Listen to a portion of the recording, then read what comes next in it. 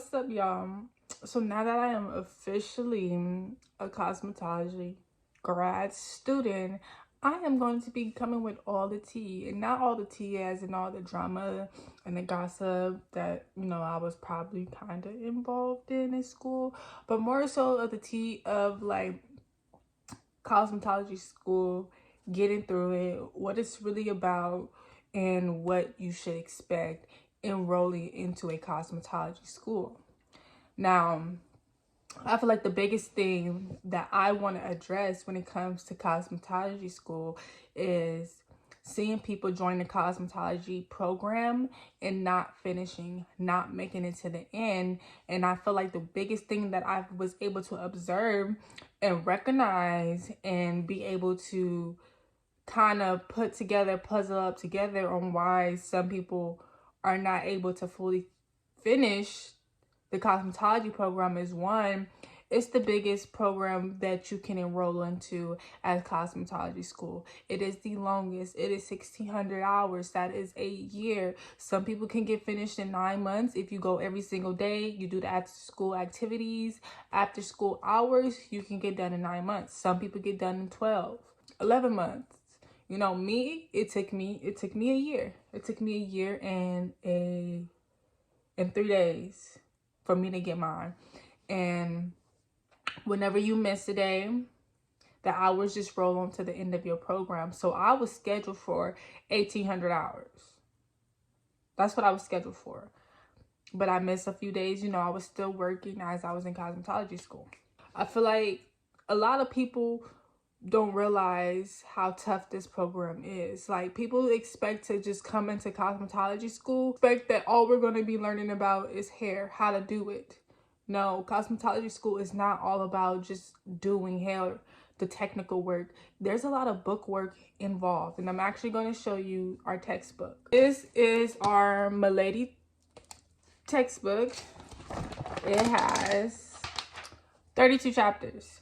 So it goes over being on the job, the salon business. It goes over pedicuring, nail tips, wraps, monitor, facials, manicuring, hair removal, wigs, braiding, chemical, hair color, nail disorders and disease, scalp care, shampooing, the structure of nail growth. So there's a lot of anatomy and physiology, chemistry, electricity.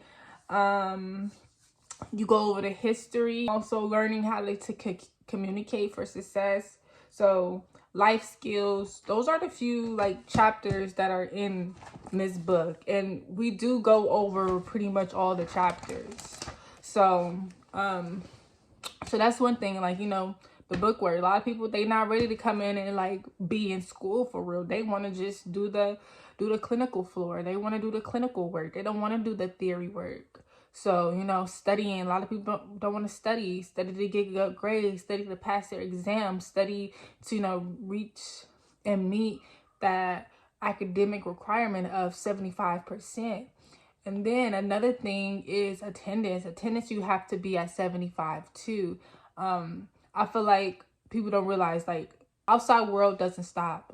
Your responsibilities doesn't stop. Even if you're coming, especially if you're coming into cosmetology school as a young adult, mid, you're already renting, got bills, whatever, none of that stuff stops. The outside world does not. Your bills, your responsibility does not stop just because all of a sudden you decide you want to go get your life together, you want to go back to school, you want to pursue a new career. Life doesn't stop. So you got to make sure you make arrangements to make sure that you are able to earn some type of income on a schedule that is to allow you to provide for yourself or provide for your household, if you have a household.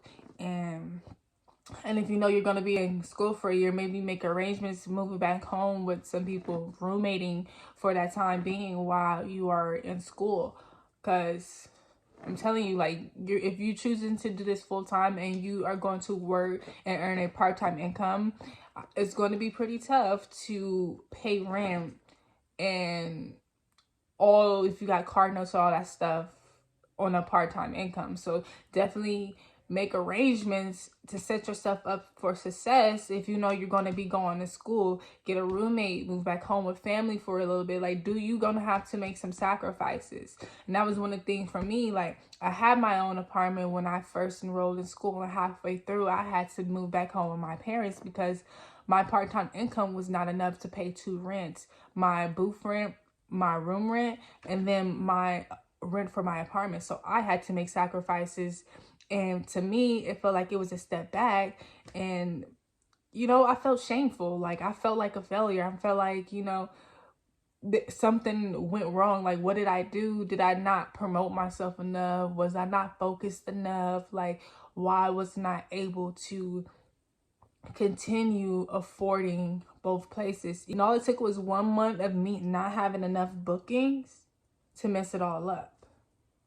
So, I just want to say, like, make those arrangements to set yourself up for success. But if you aren't someone that has the option to go back to your parents or whatever the case may be, get you some friends that understand what it is that you're trying to do.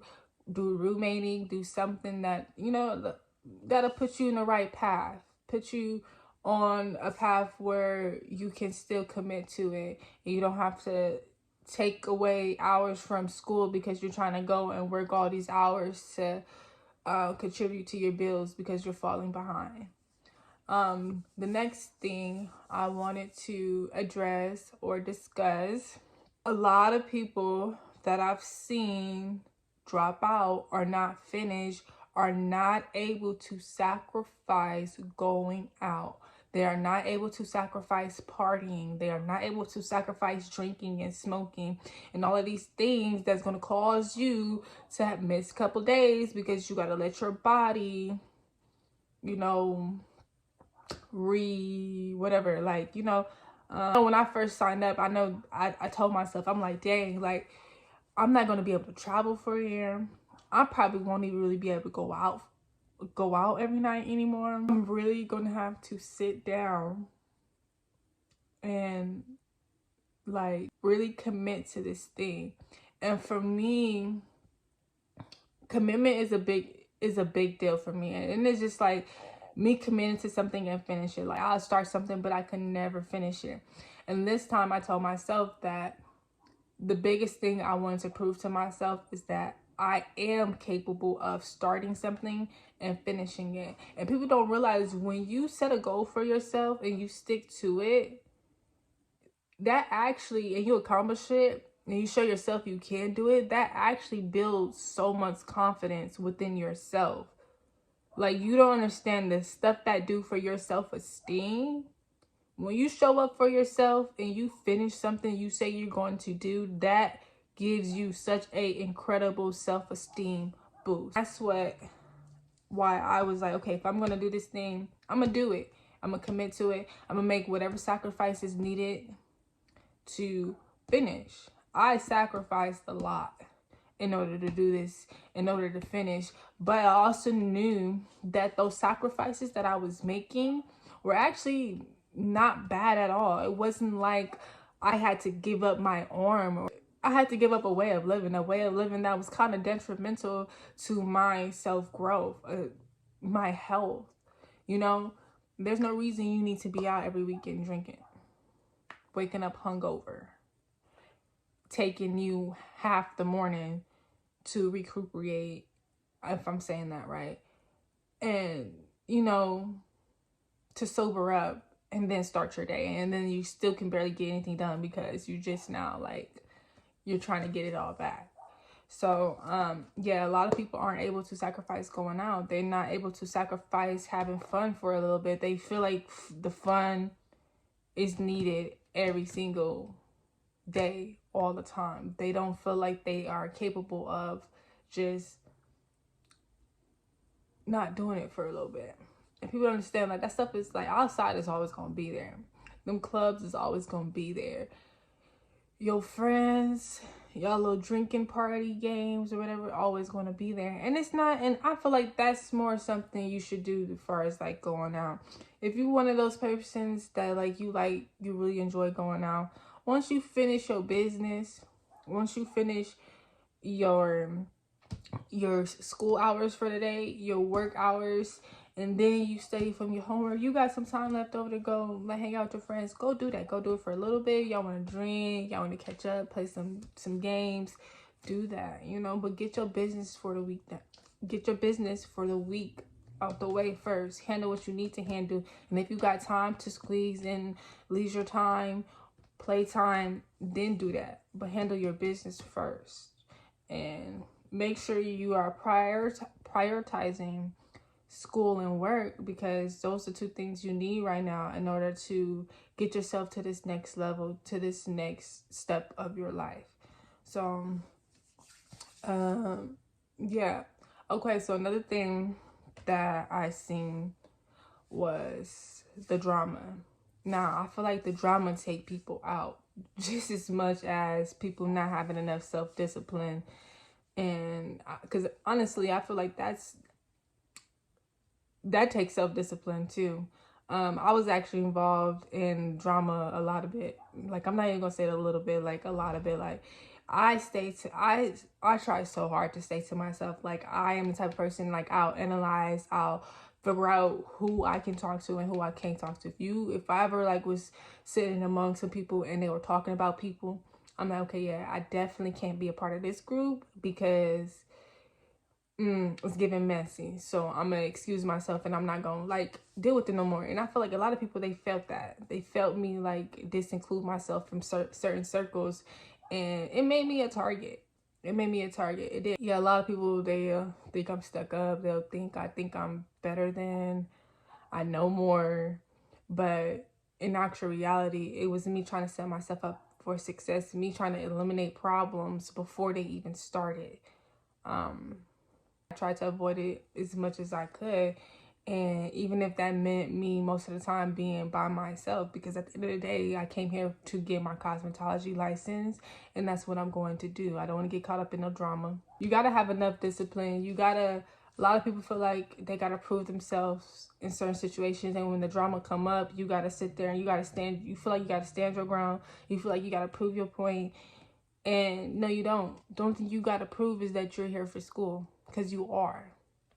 And a lot of people don't like turning the other cheek, avoid confrontation, because they feel as if they'll be looked at as soft or a punk or become a target. And yes and no, that is true, because like I said, you know, I tried to be very nice. I tried to be very kind to as many people as I can to avoid any issues or having any issues with people, and they still found me. So, and I felt like it was because people thought I was soft. So there was time where I felt like I had to put people in their place or go off on people. But I made sure to still be able to de-escalate the situation or still walk away if I felt like the situation was escalating.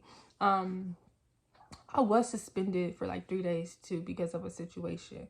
So I was actually grateful that they decided to suspend me for 3 days instead of completely drop me from the program. Because that really made me like, okay, I don't care if next time around some bull happen. Like, I don't care if you think I'm a punk. I don't care. I'm going to go grab the instructors. I'm going to go walk away. I'm going to avoid y'all at all costs. I'm going to kick it and hang out by myself. Y'all not worth it. Y'all not worth it. And there's a lot of people in there that might be intimidated by how easily you get it, how easily you understand hair, how easily you are able to pick up a new technique. People can be intimidated about that because a lot of people could not be as confident and as sure that this is for them. I've been into hair for a long time, and I contemplated for years on whether or not this was for me. I contemplated before I came. And once I got there, like, that is exactly where I was supposed to be. All that stuff I loved. I loved the theory work. I love learning the new techniques. Like, I love learning about waxing. I love learning about hair cutting. I love learning about freaking, did I say hair coloring? I don't remember. But yeah, like, I loved all of it. I loved every single bit of cosmetology school. And Stay away from the people that complain. The people that got an issue with everything that the school do, stay away from them. Stay away from them. Every cosmetology school is not going to be what you think it's going to be. They're not going to teach you what you think they're going to teach you. You're there for the basics and the basics only. Get what you can get, and that's that. My favorite thing learning about far as like theory had to be like the life skills and the business skills. Those are definitely like my favorite chapters. And also learning a little bit about like scalp care, because I do want to like start specializing in natural hair care. So those are my favorite portions of theory. Another thing that I seen people struggle with was transportation. When I first enrolled into cosmetology school, I did not have a vehicle. I actually just lost my car. So I was Uber to school, Uber to work, Uber to my son's school to pick him up, Uber to get supplies for my salon room. And then one of my stage 1 teachers at this time, she told me, you know, I was talking to her about it, and she told me like, yeah, if you want to make it through this program, you're going to have to get you a car. So income tax came around probably like a month within me being there. So stage 1, and I went and bought me a bucket. I went and bought me a car for $2,200, something I know that'll get me from A to B, and that's all I needed it to do. And it did that. It did that. It served its purpose for what I needed it to do, because I wasn't ready to go ahead and take on basically another bill, another commitment far as having a car note. So you guys got to make sure you got that transportation in line, whether your parents are going to be taking you every morning if they can fit it in their schedule, whether you're going to be on a city bus, whether you're going to be taking Uber, whether you're going to save up or have your savings and go and buy you a bucket, or if you can and all you don't really have no bills for real, and you feel like you can afford a car note to get you back and forth to school, like make sure you have that transportation, because transportation is what's going to help you show up, and you showing up is what's going to help you meet the attendance requirement, and you showing up meeting the attendance requirement is what's going to help you finish and complete the program. It's going to make sure you're there and present for all theory work, so you know what you're doing and you're not falling behind and you're not missing out on anything. So this is my first video about cosmetology school and why some people don't finish. I'm definitely gonna have a lot more videos to come. This is just my first video. I feel like I definitely want to help the girlies out that are either in cosmetology school or thinking about enrolling, so that way y'all can have a very successful time in cosmetology school. I want to make sure you have a good time. I want to make sure you get there, you do what you're supposed to do, you get your hours, you get your certificate, and then you get your license and you work in the field. And yeah, see you guys later.